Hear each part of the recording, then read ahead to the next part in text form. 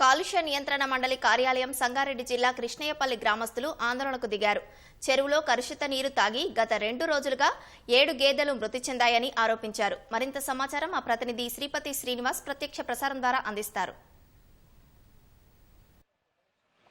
కాలుష్య కూరలు చాచినటువంటి నీళ్లు తాగి మూగ జీవాలు మృతి చెందాయని సంగారెడ్డి జిల్లా కిష్టయ్యపల్లెకు చెందినటువంటి గ్రామస్తులంతా కూడా కాలుష్య నియంత్రణ మండలి సనత్ నగర్లో ఉన్నటువంటి కాలుష్య నియంత్రణ మండలి దగ్గర ఆ మృతి చెందినటువంటి గేదెలతో ధర్నా చేస్తున్నారు. వాళ్ళని అడుగుదాం.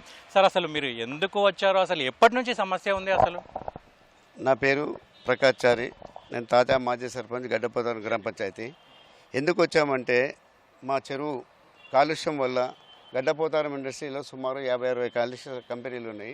కాలుష్యం కట్టడి చేయలేక పొల్యూషన్ వాళ్ళకి ఎన్నో సంవత్సరాల నుంచి, గత 20 సంవత్సరాల నుంచి పోరాటం చేస్తూ ఉన్నాం. చెరువులో చేపలు చచ్చిపోతున్నాయి, పంటలు లేవు, తాగడానికి నీళ్ళు లేవు, భూగర్భ జలాలన్నీ కలుషితం అయిపోయినాయి. అసలు మాకు 10 కిలోమీటర్ల దూరం నుంచి నీళ్ళు తెచ్చుకొని తాగవలసిన పరిస్థితి వస్తుంది. ఆరో ప్లాంట్లు పెట్టుకున్నాము. ఈ మధ్యన వర్షం పడ్డాక కంపెనీల వాళ్ళు విపరీతంగా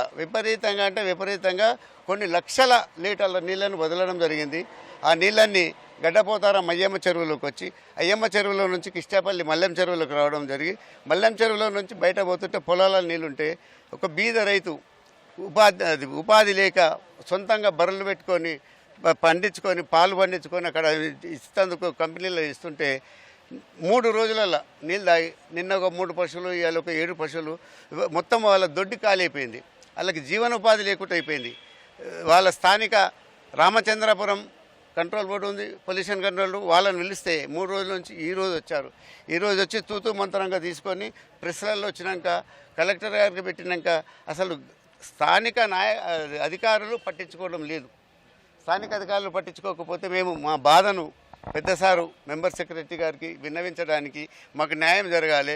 కనీసము దాదాపు 30 లక్షల రూపాయల బర్రెలు చనిపోయినాయి. ఒక్కొక్క బర్రె 2-3 లక్షల రూపాయలు చనిపోయినాయి. కాబట్టి అక్కడ న్యాయం జరుగుతలేదు. కంపెనీలు నడితే మా నీళ్లు కావు అంటుంటే మేము ఇక మాకు ఈ గత 3 రోజులుగా ఎన్ని గేదెలు మృతి చెందాయి? ఎట్లా అసలు వాటి పరిస్థితి ఎట్లా ఉంది? పరిస్థితి రోజు ఒక గేదె మృతి చెందుతుంది.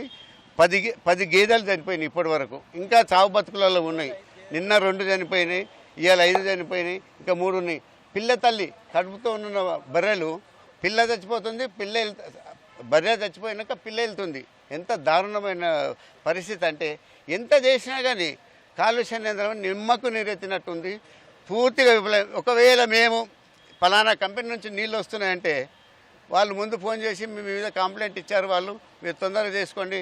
రాత్రిపూట ఫ్యూమ్స్ టాస్క్ ఫోర్స్ వాళ్ళకి ఇస్తే వాళ్ళు వస్తారు, తీసుకొని పోతారు. టాస్క్ ఫోర్స్లో ఇది అసలు ఎడారిగా మారిపోతుంది మా ఊరు. మేము బతకలేకపోతాం. పచ్చని పాడి పంటలతో ఉన్న నీళ్ళు, చల్ల నీళ్ళు తాగుతుంటాం మేము. అటువంటిది చల్ల నీళ్ళు కాదు, బావి నీళ్ళు కాదు, బోర్ నీళ్ళు కూడా తాగలేని పరిస్థితి ఉంది. మా చివరి ప్రయత్నంగా ఇక మాకు చావే మరణం అన్నప్పుడు మెంబర్ సెక్రటరీ గారికి వచ్చి విన్నవించడానికి, ఇది మా ఆవేదన ఏం చెప్పాలి, ఎవరికి చెప్పాలి చెప్పుకోలేక తెచ్చి ఆ బర్రెలను 2 బర్రెలను మాత్రమే తీసుకొచ్చినాము. ఇంకా 8 బర్రెలు అక్కడ ఒకటి అడ్డుపిల్లలు వాడి చచ్చిపోయినాయి.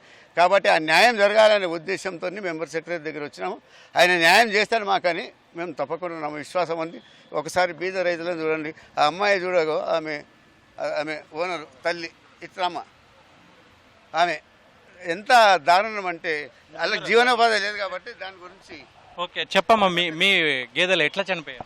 మా ఈ గేదెలు మేపనికి ఇడిస్తే వర్షంలో కెమికల్ వాటర్ ఇడిచినట్టు అవి తాగి రోజు 3, ఈ రోజు 5, మొత్తం 10 గేదెలు చచ్చిపోయినాయి సార్. మా పిల్లలు చదువుకున్న ఇవే పని చేసుకుంటా బతుకుతున్నారు. ఇప్పుడు మా ఆదాయం ఎట్లా సార్? వాళ్ళ డాడీ చచ్చిపోయి కూడా సంవత్సరం అవుతుంది. మాకు ఏదైనా న్యాయం జరగాలి. ఇదే ఉపాయం మాకు పిల్లలు చేసేది.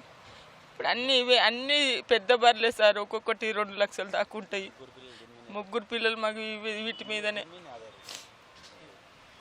మీరు చెప్పండి సార్, కేవలం పశువులు మాత్రమే ఇబ్బంది చనిపోతున్నాయా, లేదంటే మనుషులకు కూడా ఈ ఎఫెక్ట్ ఏమన్నా? మనుషులకు 100%గా ఎఫెక్ట్ ఉంది. మా దగ్గర ఒక 40 సంవత్సరాలు దాటిన వాళ్ళు, 50 సంవత్సరాలు 60 సంవత్సరాలు మనుషులే కనబడరు. టోటల్గా గర్భసంచులు పోతున్నాయి. మొత్తం హెల్త్ ప్రాబ్లమ్స్, ట్యాబ్లెట్ లేని మనిషే లేడు ఇప్పటి వరకు. మొత్తం చాలా షుగర్లు, బీపీలు, అసలు కిడ్నీలు ఖరాబ్ కావడము, థమ్స్ ప్రాబ్లము. రైట్, ఇది మొత్తానికైతే తమ గ్రామంలో ఉన్నటువంటి చెరువులోకి ఈ కలుషితమైనటువంటి నీటిని వదలడం వల్ల గేదెలు ఇప్పటికే గడిచిన 3 రోజుల్లో ఒక 8 వరకు గేదెలు మృతి చెందాయని చెప్తున్నారు. మరొక 4-5 గేదెలు ఆసుపత్రిలో చికిత్స పొందుతున్నాయని కూడా చెప్తున్నారు. అంతేకాదు మనుషులకు కూడా ఈ ఇబ్బంది ఉందని కూడా వాళ్ళు చెప్తున్నారు. ఈ సమస్య పరిష్కారం కావాలంటే ఈ మృతి చెందిన గేదెల్ని ఇక్కడ తీసుకొచ్చి ధర్నా చేయడం తప్ప తమకు ఇంకా వేరే శరణ్యం లేదని, ఇంకా వేరే పరిస్థితి కూడా లేదని, చివరాఖరిగా ఇది చేస్తున్నామని కూడా ఆ గ్రామస్తులు చెప్తున్నారు. ఇవి ఇక్కడ తాజా పరిస్థితులు. ఓటు